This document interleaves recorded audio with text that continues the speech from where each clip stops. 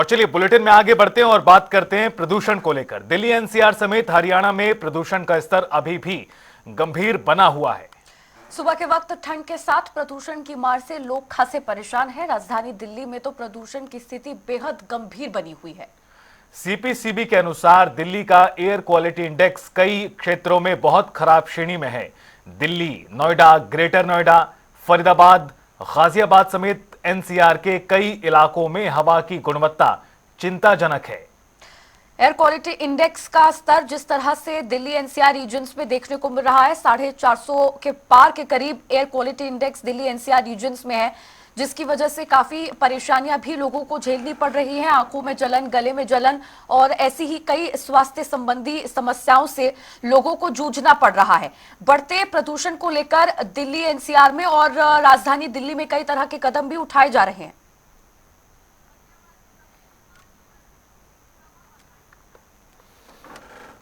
तो आपको बता दें कि प्रदूषण की स्थिति जिस तरह से चिंताजनक बनी हुई है, लोगों का लगातार सांस लेना मुश्किल बना हुआ है। और ज्यादा बातचीत करते हैं ग्राउंड जीरो से। हमारे तमाम संवाददाता हमारे साथ जुड़ रहे हैं।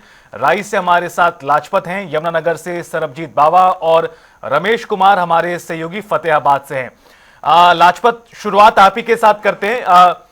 राई का हाल बताएं। सोनीपत वो इलाका जो एनसीआर के रीजन में आता है और पिछले कई दिनों से स्थिति काफी ज्यादा खराब यहां बनी हुई है। फिलहाल आज की बात करें, किस तरह की आबो हवा? जी बिल्कुल, अगर आपकी आज्ञा हो तो एक निवासी व्यक्ति है जो जिला सोनीपत से है, उनसे बातचीत भी कर लेंगे अगर आपकी आज्ञा हो तो, क्योंकि वो भी स्थानीय वासी हैं और वो काफी जागरूकता व्यक्ति है, क्योंकि वो बताएंगे कि सोनीपत के हाल क्या है। सोनीपत के नहीं, राई के नहीं, कुंडली के नहीं, अनेक जगह की जो समस्याएं है वो पोल्यूशन की काफी बड़ी है। मेरे साथ जो व्यक्ति है उनसे अगर आपकी आज्ञा हो तो मैं बात करने के लिए प्रयासरत हूँ, क्योंकि वो भी ज्यादातर खुलासा कर पाएंगे। सोनीपत में छुट्टियां जरूर की गई है स्कूल की शिक्षा की, लेकिन आपको बता दें कि एनसीआर दिल्ली के नजदीक कुंडली क्षेत्र पड़ता है जहां नगर पालिका पड़ती है, और औद्योगिक क्षेत्र काफी बड़ा पड़ता है जहां नगर पालिका के होने के बावजूद जो रोडों की सफाई नहीं होती, पेड़ पौधों की सफाई नहीं हो रही और पोल्यूशन लगातार चरम सीमा पर है। कहीं भी अपना फैक्ट्री वाले जो है वो वेस्टेज डालते हैं, उसमें आग लगा देते हैं, चिमनियों में धुआं रहती है। जो दो चीजें जीवन में सबसे बड़ी चीजें जरूरत होती है, शुद्ध वातावरण और शुद्ध पानी।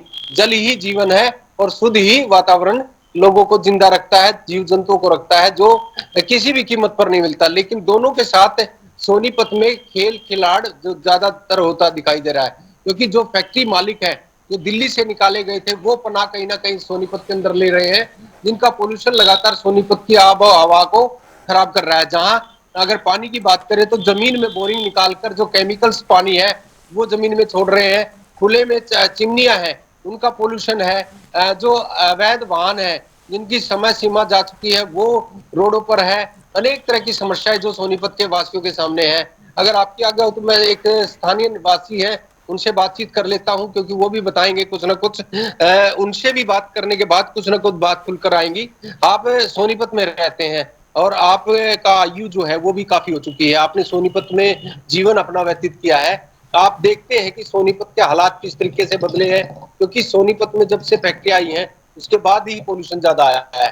तो कहीं भी खुले में वेस्टेज डाल देते हैं और आग लगा देते हैं। तो क्या मानते हैं कि ये गलत है या ठीक है? सरकार कितना इसमें ध्यान दे रही है? देखिए, ये हमें ऐसा लगता है सरकार के आदेशों का सरासर उल्लंघन हो रहा है। ये अधिकारियों की निष्क्रियता की वजह से ये सब हो रहा है। अभी हमने जब बात करी कुछ अधिकारियों से कि भाई पोल्यूशन का क्या सोल्यूशन निकाल रहे हो आप, तो उन्होंने बस वो हाइड्रा पे एक वो लगा दी, फॉगिंग मशीन से उसको घुमाते हैं, तो कितना काम कर सकती है वो। पेड़ों की सफाई नहीं हो रही, कटिंग नहीं हो रही, और आप इधर भी देखेंगे ये सफाई के नाम से जीरो है और किसी भी तरह कोई कार्रवाई इन लोगों की तरफ से नहीं हो रही है। कोई प्रयास हो कि किस तरह से लोगों से, समाज से या सोसाइटी से कोई सुझाव लिए जाएंगे, कैसे दूर किए जा सकते हैं, इस तरह कोई भी प्रयास अधिकारियों के द्वारा नहीं किया जा रहा है। हमने खूब देखा था, कोविड का समय था, आपने लोगों की सेवा की, वो हालात कितने गंभीर थे, वही दोबारा से उभर रहे हैं कहीं ना कहीं से देखा जाए तो पोल्यूशन को लेकर।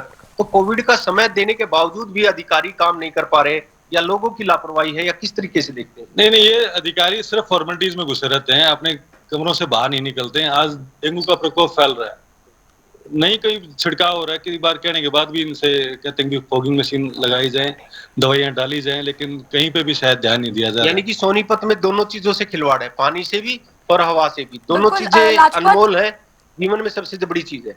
कल मंत्री जी भी आए थे, उन्होंने भी सख्त निर्देश दिए हैं कि ये इसको कार्रवाई क्यों नहीं करते लाजपत आप एक लोग। बार फिर से लौटेंगे आपके पास। हमारे साथ यमुनानगर से संवाददाता सरबजीत बाबा भी जुड़े हुए हैं, उनका रुख कर लेते हैं। यमुनानगर में सरबजीत, किस तरह की स्थिति पॉल्यूशन को लेकर बनी हुई है? एयर क्वालिटी इंडेक्स वहां का कितना है और क्या कुछ कदम वहां पर उठाए जा रहे हैं प्रदूषण के स्तर को कम करने के लिए? क्योंकि ग्रैप 3 भी लागू है, तो ऐसी कौन कौन सी चीजें हैं जिस पर अभी प्रतिबंध लगा हुआ है?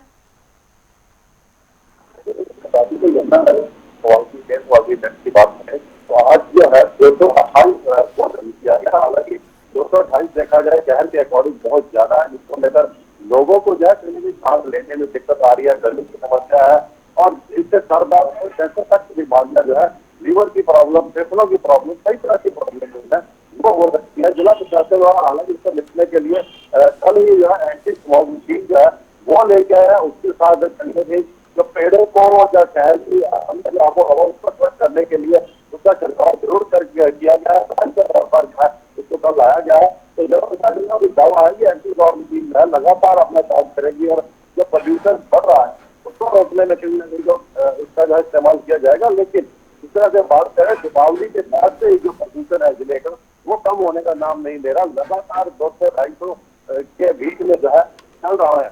तो सबसे बड़ी बात यह थी, पहले में सबसे कहा जाता था कि किसान पराली जलाते हैं, लेकिन अब तो पराली का सीजन भी नहीं रहा और किसान जो है खेतों में गेहूं की बुआई करने में जुट गए हैं।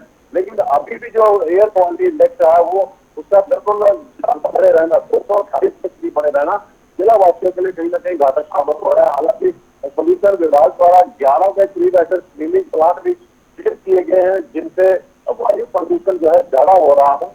तो प्रशासन द्वारा हालांकि कई तरह के कदम जरूर उठाए जा रहे हैं एयर क्वालिटी इंडेक्स को जो है सही लाने के लिए, लेकिन ये कम ना होना कहीं ना कहीं लोगों के लिए काफी समस्या पैदा कर रहा है। लोगों में चीज को लेकर जो है गले की बीमारियां आ रही है, आंखों के अंदर जलन की प्रॉब्लम आ रही है। तो दूसरी तरफ बात करें यमुनानगर में इंडस्ट्री की बात करते हैं तो इंडस्ट्री के लिए भी अगर बात करें तो चिमनियों के अंदर उनकी एयर क्वालिटी चिमनियों से जब धुआं निकलता है उसकी सफाई के लिए भी जिला प्रशासन द्वारा लोगों को, फैक्ट्री कर्मचारियों को, फैक्ट्री अधिकारियों को कहा गया है कि इनके ऊपर जो है उनकी सफाई के लिए कुछ ना कोई यंत्र लगाए।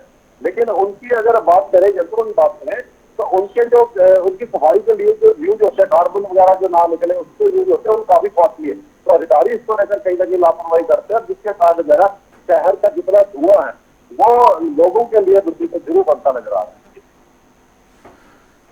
तो बिल्कुल सरबजीत, कुल मिलाकर स्थिति एक ही तरह की है, चाहे आप राई की बात करें, बात आप यमुनानगर की करें। रमेश, आप बताएं फतेहाबाद का हाल अब कैसा है? चूंकि फतेहाबाद वो इलाका है जहां पर शुरुआती दिनों में सबसे ज्यादा पराली जलाने के मामले सामने आए। हालांकि अब कुछ स्थिति बदली है, अब स्थिति किस तरह की है उससे हमें जानकारी दी। देखिए, बिल्कुल बताना चाहूंगा कि जो फतेहाबाद जिला है ये जो पंजाब सेक्टर से जो सटा हुआ है, तो इसके चलते जो यहाँ जो पराली एयर इंडेक्स की बात की जाए तो दिन में बढ़ जाता है, क्योंकि जो पंजाब सेक्टर से भी जो किसान है वो अपनी धान की फसल है वो लगाते हैं और जो जिस प्रकार से शाम से जो अर्सेक से निगरानी जो किसानों पर रखी जाती है तो अर्सेक शाम को बंद हो जाता है, तो उसके बाद किसानों द्वारा खेतों में पराली जलाने का सिलसिला शुरू हो जाता है। और फतेहाबाद की बात की जाए तो आज सुबह का जो एयर इंडेक्स की बात की जाए तो 288 के करीब था और ऐसे में जो लोगों को काफी दिक्कतों का सामना करना पड़ रहा है। लेकिन प्रदेश सरकार द्वारा जो फैसले लिए गए थे कि जो जिले के डीसी हैं वो बढ़ते प्रदूषण को लेकर स्कूलों की छुट्टियों के जो आदेश जो स्कूलों को दे सकते हैं, लेकिन फतेहाबाद के डीसी द्वारा जो आदेश जो आज जारी किए गए हैं इसमें कहा गया है कि जो बच्चे हैं वो स्कूल में मास्क लगा के जाएंगे और स्कूल जो बिल्कुल बंद नहीं होंगे, वही गर्म जो कपड़े हैं वो डालकर जो स्कूल में जो बच्चे जाएंगे। लेकिन इसको लेकर जो अभिभावक हैं वो नाराजगी जाहिर कर रहे हैं, क्योंकि उनका ये कहना है कि फतेहाबाद जिले की अगर बात की जाए तो यहाँ शाम के समय जो है लोगों को काफी दिक्कतों का सामना करना पड़ता है। सुबह जो बिल्कुल धुंध के साथ जो स्मोक जो आसमान में छाई रहती है तो उसके कारण जो कोई बड़ा हादसा जिले में हो सकता है। लेकिन जिला उपायुक्त द्वारा जो आज फैसला लिया गया कि स्कूल बंद नहीं होंगे, इससे उन्हें छोटे बच्चों को काफी दिक्कतों का सामना करना पड़ेगा। वहीं जिस प्रकार से वातावरण जो बना हुआ है तो बच्चों को सांस लेने की दिक्कत आ रही है और ऐसे में मास्क लगा के जाएंगे तो कहीं ना कहीं और परेशानियां अभिभावकों को और बच्चों को होगी। जी चलिए ठीक है रमेश, आपके पास फिर से लौटेंगे, एक बार फिर रुक करेंगे। राय से हमारे संवाददाता लाजपत जुड़े हुए हैं। लाजपत, जिन स्थानीय लोगों से अभी आपने बात करने की कोशिश की थी उनका कहना था कि जो भी इंतजाम और जो भी कार्य करवाए जा रहे हैं प्रशासन की तरफ से, फॉगिंग मशीन की मदद से पानी का छिड़काव, ये सब इंतजाम नाकाफी साबित हो रहे हैं। पोल्यूशन के स्तर में कोई भी कमी इन सब चीजों के बावजूद नहीं नजर आ रही। तो और किस तरह के कदम उठाए जा सकते हैं जिससे पॉल्यूशन को कम किया जा सके, क्योंकि AQI इंडेक्स जो है वो अधिकतर जगहों पर 450 के पार ही है। जी बिल्कुल, देखिए सोनीपत की बात करें तो आपसे बता दें कि सबसे बड़ी बात जो है जिला सोनीपत की, जो अलग अलग राज्य को जो रोड जो जोड़ते हैं, सबसे बड़ी बात वो भी सामने आएगी। अभी जो हादसे होंगे वो काफी बड़े होंगे। पोल्यूशन से हटकर एक बात और कर लेते हैं, क्योंकि जो हाईवे गुजरते हैं, देश का सबसे बड़ा हाईवे जो 44 है, जिसको NH1 के नाम से जाना जाता था, जिस पर अभी भी काफी बड़ी समस्याएं हैं, कटों की समस्याएं हैं, रेड लाइटों की समस्याएं हैं, व्हाइट पट्टी की समस्या है, सफाई की समस्या है, जिनसे पोल्यूशन काफी फैलता है। और जो गाड़ियां जो 100 से अधिक स्पीड पर दौड़ती हैं, जिनसे दुर्घटनाएं होंगी और काफी बड़ा हादसा होगा, जिसकी कहीं ना कहीं जिम्मेवारी शासन और प्रशासन की बनती है। दूसरे हाईवे की बात कर ले, KMP KGP जो सबसे बड़ा हाईवे है, जिसका देश के प्रधानमंत्री ने उद्घाटन किया, उस पर भी लाइटें नहीं जलती और उसकी भी सफाई नहीं है।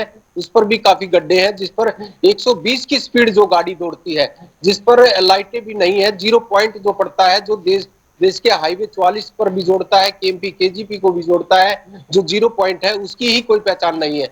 तो ऐसे में दुर्घटनाएं होंगी काफी बड़ी। जो मेरठ से जो हरियाणा को जोड़ता है, जो जिसको 334B के नाम से जाना जाता है, उस पर भी 100 से अधिक स्पीड की गाड़ी दौड़ेंगी। और उस पर भी कहीं ना कहीं जब अब जैसे मौसम है जो धुंध का नहीं है, अभी पोल्यूशन का धुंध है, आप समझ सकते हैं। जब ये मौसम का जो समय चल रहा है, इस वक्त ठंड हो जाती थी काफी, लेकिन अभी जो पोल्यूशन के कारण अभी ठंड कम है। लेकिन जैसे जैसे ठंड बढ़ेगी और पोल्यूशन का प्रकोप बढ़ेगा और ऊपर से जब धुंध पड़ेगी, तो दुर्घटनाएं काफी बड़ी होंगी, जिसका कहीं ना कहीं खामियाजा उस व्यक्ति को भुगतना होता है जिनके साथ हादसे होते हैं। ऐसे में प्रशासन जो है वो सिर्फ खानापूर्ति करता है। आप निरीक्षण कर सकते हैं, जिस भी हाईवे पर जाएंगे, उस हाईवे पर कोई भी आपको सुविधा नहीं दिखाई देगी।